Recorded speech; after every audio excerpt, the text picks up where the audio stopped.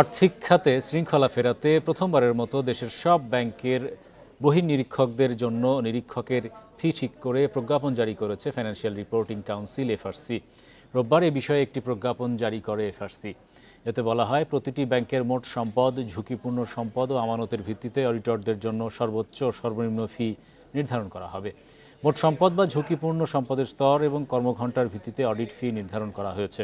সর্বনিম্ন ফি 14,38,724 টাকা এবং সর্বোচ্চ 70,33,763 টাকা। অডিটর এবং ব্যাংক আলোচনা করে নিরীক্ষা ফি নির্ধারণ করতে পারবেন। এতদিন ব্যাংকগুলোতে নিরীক্ষার জন্য ফি নির্ধারিত না থাকায় প্রতিষ্ঠান ও নিরীক্ষকদের মধ্যে সমঝোতার ভিত্তিতে ফি নির্ধারণ করা হতো।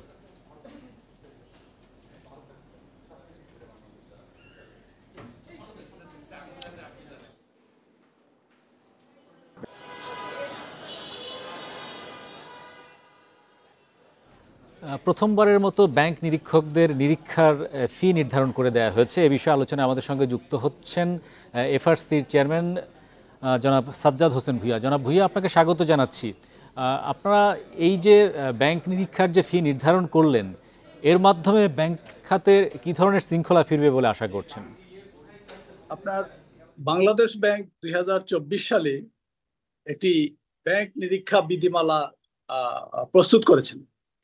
সেই ব্যাংক বিধিমালাতে কিভাবে অডিট কাজ কোন কোন এরিয়াতে নিরীক্ষা করতে হবে সেই টিওআর গুলা বেঁধে দেওয়া আছে।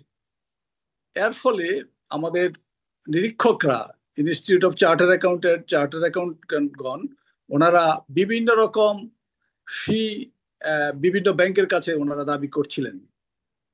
আমরা এফআরসি যেহেতু চার্টার অ্যাকাউন্টেন্টদের রেগুলেটরি সংস্থা, তখন আমরা এফআরসি এই বিষয়টি হাতে নেয় এবং Bangladesh bank, financial institution department, institute of charter accountant, অর্থ বিভাগ এবং এফআরসির যৌথ সমন্বয়ে আমরা 3টি সভা করি এবং বাণিজ্যিক ব্যাংকগুলো থেকে আমরা তাদের অপিনিয়ন নেই। সরকারি বাণিজ্যিক ব্যাংক, বেসরকারি বাণিজ্যিক ব্যাংক, তারা আলাদা আলাদা তাদের অপিনিয়ন দেন এবং চার্টার অ্যাকাউন্টেন্টরা তারা তাদের অপিনিয়ন দেন।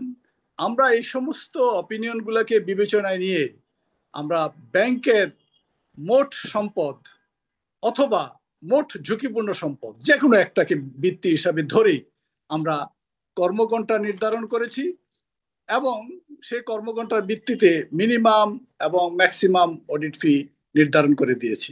আপনারা দেখবেন আমাদের প্রজ্ঞাপনে, আপনারা যদি আমাদের ওয়েবসাইটে, এফআরসির ওয়েবসাইটে যান, সেখানে প্রজ্ঞাপনটি দেওয়া আছে। সেই প্রজ্ঞাপনে আপনি দেখবেন যে মিনিমাম কর্মঘণ্টা ব্যাংকের জন্য থাকবে 4,500 আর ম্যাক্সিমাম থাকবে 22,000 এবং মিনিমাম নিরীক্ষা ফি হবে 14,38,724, ম্যাক্সিমাম হবে 70,33,763।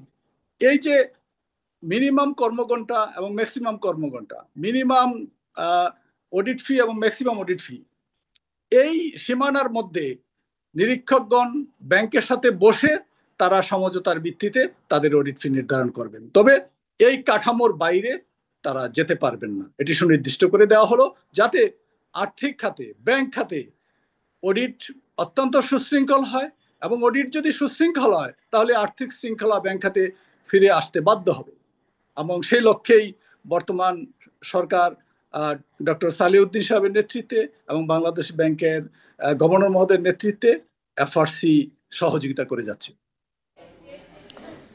জনাব সাজ্জাদ হোসেন ভূঁইয়া, আমরা অতীতে দেখেছি বিভিন্ন ব্যাংকের অডিটে কারসাজির অভিযোগগুলো উঠেছে, গণমাধ্যমে বিভিন্ন খবর এসেছে।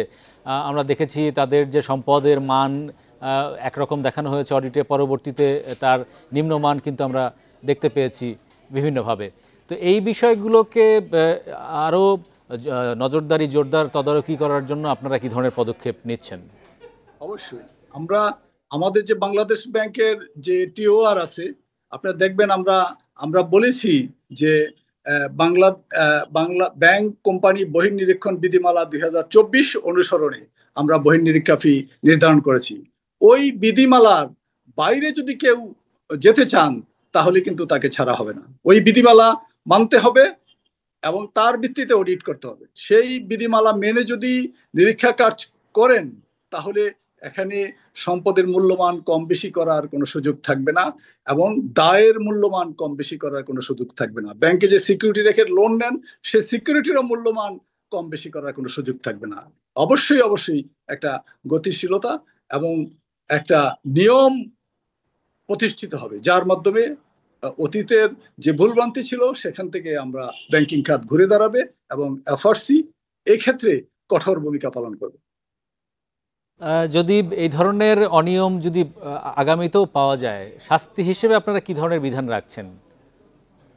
আমরা আমাদের চার্টার অ্যাকাউন্টেন্ট আপনারা জানেন যে আমাদের যারা নিরীক্ষক তারা সমাজের অত্যন্ত উঁচু স্তরের মানুষ, সম্মানিত মানুষ এবং সবাই খুব ভালো লেখাপড়া জানে।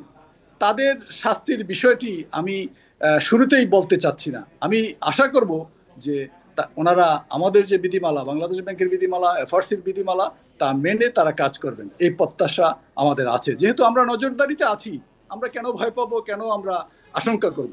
আমরা তো অ্যালার্ট আছি, আমাদের বিধিমালাগুলো আমরা প্রয়োগ করব।